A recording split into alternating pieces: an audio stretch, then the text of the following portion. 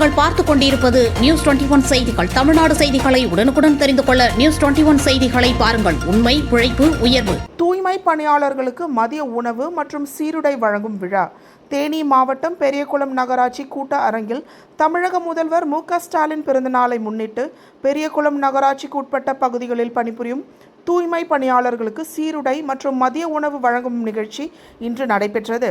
இந்த நிகழ்விற்கு பெரியகுளம் நகர்மன்ற தலைவர் சுமிதா சிவகுமார் தலைமை தாங்கினார். தேனி பாராளுமன்ற உறுப்பினரும் தேனி வடக்கு மாவட்ட கழக செயலாளருமான தங்க தமிழ்ச்செல்வன் மற்றும் பெரியகுளம் சட்டமன்ற உறுப்பினரும் பெரியகுளம் தெற்கு ஒன்றிய கழக செயலாளருமான K.S. சரவணகுமார் ஆகியோர் சிறப்பு விருந்தினர்களாக கலந்து கொண்டு தூய்மை பணியாளர்களுக்கு சீருடை மற்றும் உணவுகளை வழங்கினர்.